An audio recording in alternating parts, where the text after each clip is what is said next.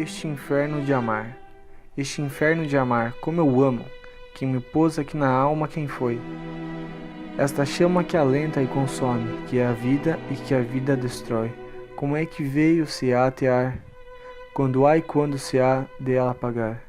Eu não sei, não me lembro o passado, a outra vida que dantes vivi, era um sonho talvez, foi um sonho, em que a paz tão serena dormi. Oh, que doce era sonhar, quem me veio ai de mim despertar? Só me lembro que um dia formoso eu passei e dava o sol tanta luz, e os meus olhos que vagos giravam, em seus olhos ardentes os pus. Quem fez ela? Eu que fiz? Não sei, mas nessa hora a viver comecei.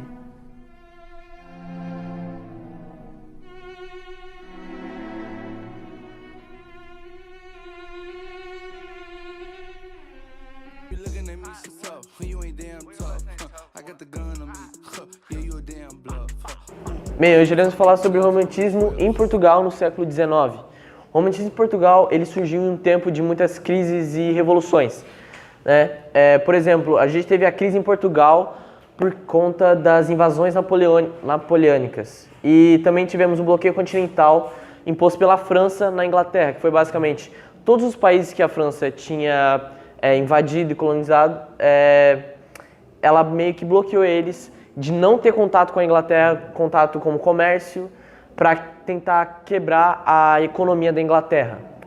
Também tivemos a vinda da coroa portuguesa para o Brasil no ano de 1808, por conta de outras crises que estavam tendo lá, que a coroa estava com medo e veio para o Brasil. Também tivemos, após a Revolução Francesa, nós tivemos algumas ideias, as ideias iluministas tomaram conta da Europa, e também tivemos a quebra do antigo regime.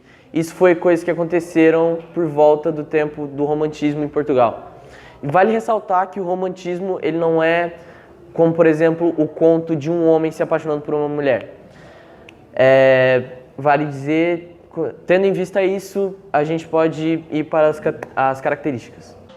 Bom, eu vou falar sobre as características do movimento romantismo.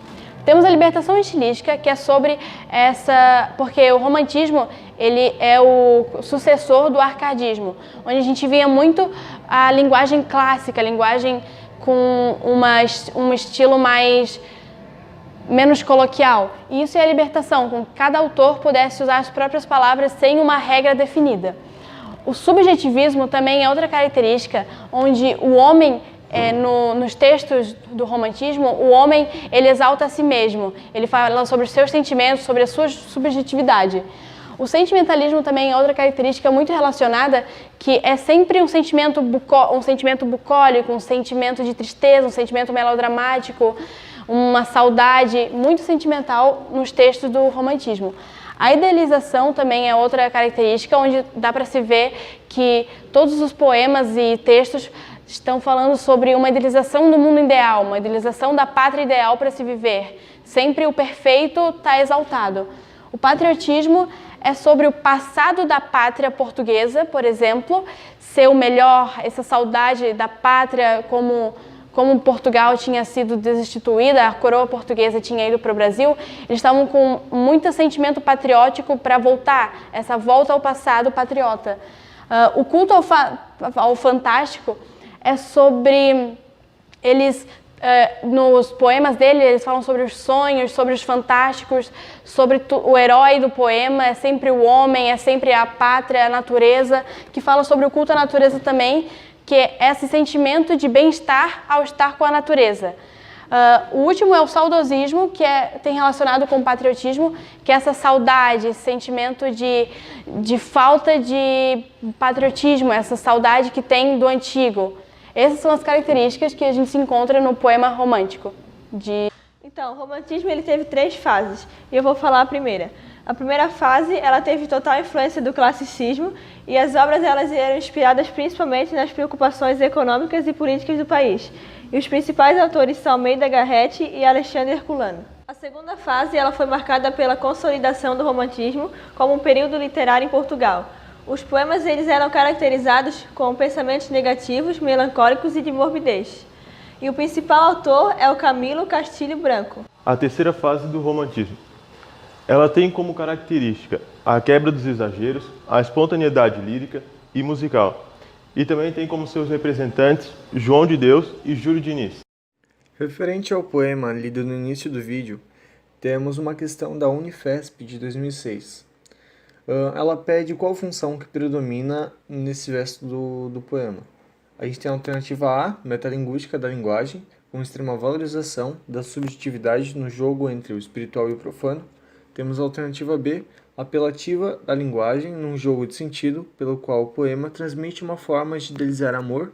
Temos a alternativa C, referencial da linguagem, privilegiando-se a expressão de forma racional. Temos a alternativa D, emotiva da linguagem, marcada pela não contenção dos sentimentos, dando vazão ao subjetivismo. A gente tem a alternativa C, fádica da linguagem, utilizada para expressar as ideias de forma evasiva, como sugestões. A alternativa correta é a letra D. Já no início do verso, o autor mostra sinais de que ele não se contém na hora de expressar os seus sentimentos, como eu amo.